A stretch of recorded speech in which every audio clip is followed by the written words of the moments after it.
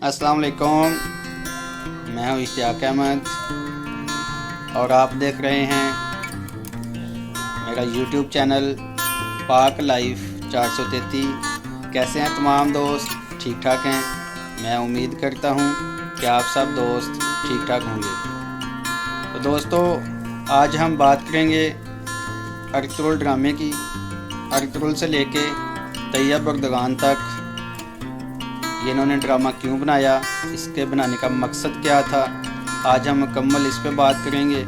तो ये देखने से और सुनने से पहले मेरी आप तमाम दोस्तों से गुजारिश है कि मेरे चैनल पाक लाइफ 433 को लाइक, कमेंट्स और सब्सक्राइब ज़रूर कीजिएगा। आप दोस्तों की मोहब्बत का बहुत शुक्रिया। तो जी दोस्तों, अब हम चलते हैं असल मौजू की तरफ। तो ये ड्रामा क्यों बनाया गया, इसके बनाने का मकसद क्या था।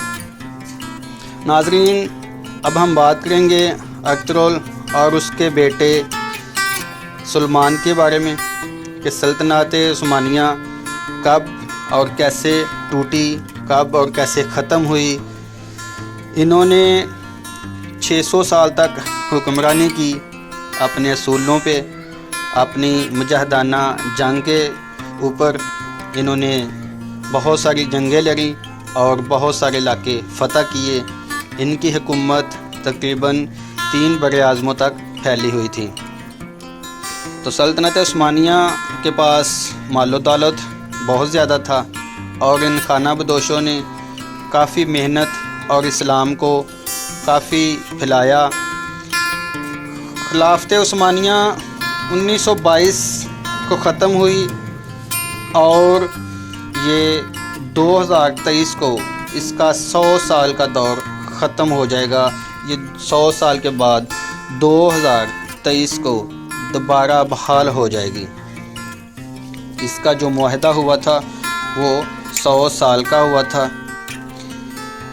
इस मुआहदे को लौज़ान मुआहदा कहते हैं, जो आपके ख़त्म होने को जा रहा है और तुर्की में दोबारा जमहूरियत और उनकी खिलाफत का दौर दोबारा आ रहा है।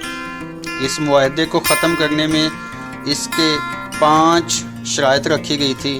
वो 5 शराइत फ्रांस और बरतानिया ने मिल के रखी थी, क्योंकि ये जंग फ्रांस और बरतानिया ने मिल के की थी और सल्तनत उस्मानिया ख़त्म की थी। इसकी पहली शर्त ये थी खिलाफत उस्मानिया फ़ौरी तौर पे ख़त्म कर दी जाए। जब ये खिलाफत उस्मानिया ख़त्म की गई तो उसके बाद खिलाफत उस्मानिया के तमाम इत्तेहादियों को कत्ल किया गया। कुछ जो है वो रूपोश हो गए, कुछ बैरून मुल्क भाग गए और इनकी जायदाद को अपने कब्ज़े में कर लिया गया। तो जो दोस्तों इसकी दूसरी शर्त थी वो थी तुर्की में इस्लाम के ख़िलाफ़ पाबंदियाँ लगाई गई, इस्लाम के ख़िलाफ़ पाबंदियाँ सख्त कर दी गई, खिलाफत पर पाबंदी लगा दी गई और तुर्की पर में जो कोई भी मादनियात थी, मसलन के तेल वगैरह, वो तुर्की से छीन लिया गया। उसका तुर्की से कोई तल्लक तक ना रहा और ये तमाम तर मादनियात फ्रांस और बरतानिया के हवाले थी। अब इसका मालिक बरतानिया था। जो इसकी चौथी शराइत थी वो ये थी कि तुर्की अब कोई भी टैक्स नहीं ले सकेगा। जो तुर्की की बंदरगाह थी वो भी फ्रांस और बरतानिया ने अपने कब्ज़े में कर ली। खिलाफत उस्मानिया 3 बड़े आज़मों तक फैली हुई थी, लेकिन इसके बाद ये तमाम तर जो हुकूमत थी वो फ्रांस और बरतानिया ने संभाली। इसकी जो 5वीं शर्त थी वो ये थी कि तुर्की इस मुआहदे की 100 साल तक पाबंदी करेगा, इसका पाबंद रहेगा, ये इस मुआहदे पे अमल करेगा और ये हकीकत तक रहा। अब इसका 100 साल जो है वो 2023 में ख़त्म हो रहा है। अब ये दौर ख़त्म होगा तो इसके बाद तैयब बगदान क्या करेगा। तैयब बगदान के क्या क्या सोच है। सबसे पहले तो वो तेल निकालेगा, अपनी تیل کے تمام تر ذخائر جو ہیں ان کو جو ہے وہ اپنی گورنمنٹ کی تحویل میں لے گا اور اپنا سارا تیل خود نکالے گا۔ جو اس کی دوسری سوچ ہے وہ اپنی بندرگاہ پر ٹیکس لگائے گا۔ اب ہر کسی کو وہاں پہ ٹیکس دینا پڑے گا۔ اس کے بعد اب ترک کی خواہش ہے کہ وہ پاکستان کے ساتھ اپنے اچھے تعلقات رکھے، کیونکہ یہ تعلقات ترکی کے حق میں بہت زیادہ فائدہ مند ہوں گے۔